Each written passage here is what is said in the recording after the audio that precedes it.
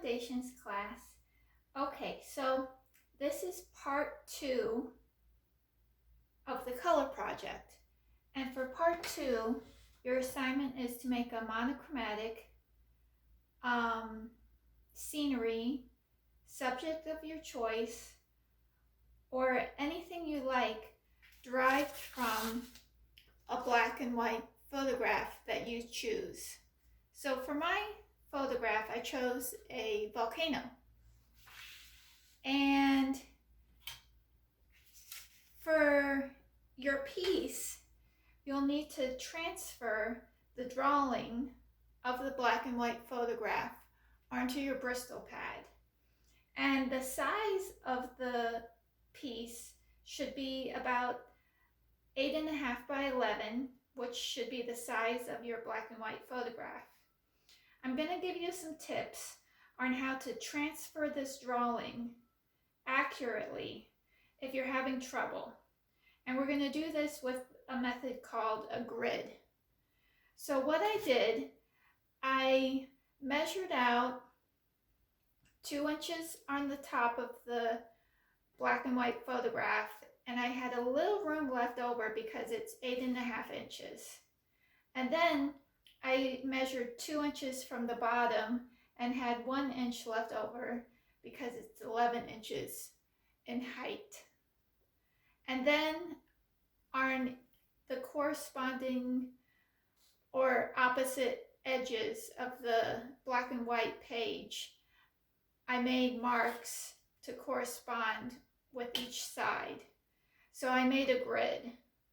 So I measured 2 inches on this side, 2 inches on this side, 2 inches here, and 2 inches here, and connected the dots to make a grid.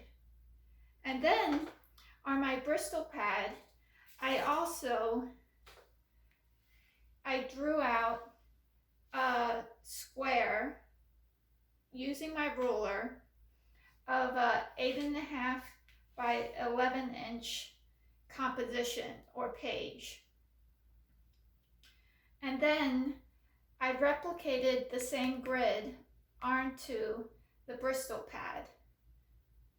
Next, I marked 1, 2, 3, 4 along the top, and A, B, C, D, E, F. And what this allows me to do, it's less pressure when attacking the entire composition if you're new to drawing. So this way you can kind of go by block and draw block by block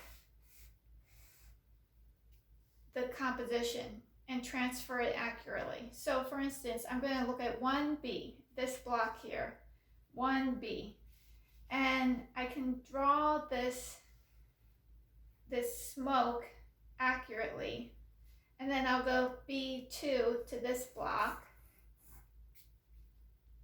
and draw that, and then I'll go down to C2, and I see that the cloud or smoke comes out about to there, and so forth. So this is just an option if you're getting frustrated drawing your black and white photo and transferring it to the Bristol pad. I also made a 1 inch border. So when you're painting,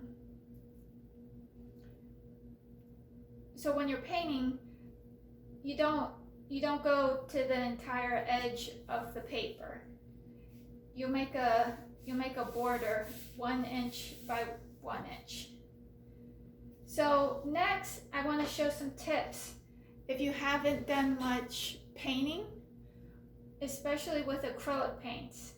And when you're doing a monochromatic scheme like this, I want you to reference what you did earlier with the tints and shades of the one hue or color that you chose. So in my case, I chose red. So I'm going to look for the darkest portions in this smoke cloud. And I'm gonna do the dark portions first and then build up my lights. So I see some dark portions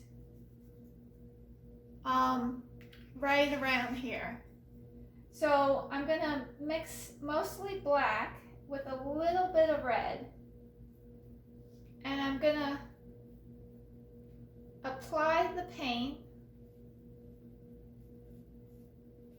I'm applying the paint to where I see the, and I went off the edge, that's okay, to where I see the dark portions. And then gets a little lighter. So maybe I'll apply some red.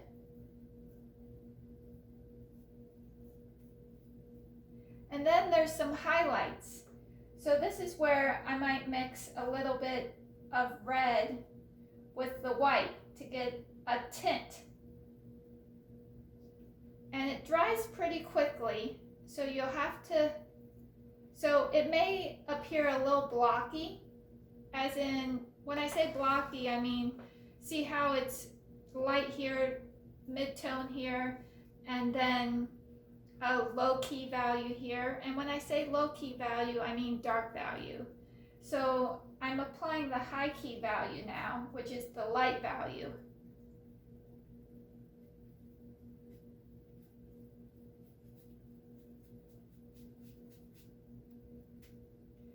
Maybe I'll add a little there. So you always work from dark to light.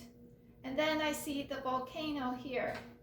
And one point I would like to make is it's easier if you have a subject, if you're doing a face or a bird or a plane or whatever, it's easier to address the background first and then paint the foreground, the subject or the foreground on top of the background. So let me mix a value that would match that color or that value in the black and white. So I would interpret that as a red with a little bit of white. So I see that as my background color. And I'm just kind of speeding up for purposes of the demonstration.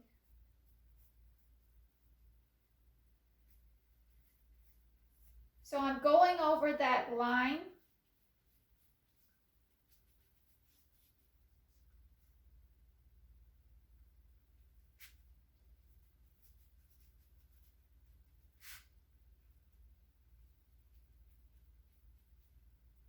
And then once this dries a little, you can add this lighter key value or high key value.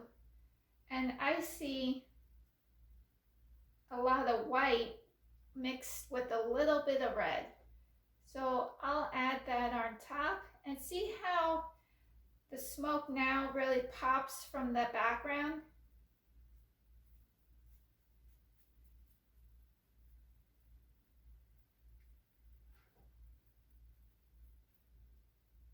And more light value.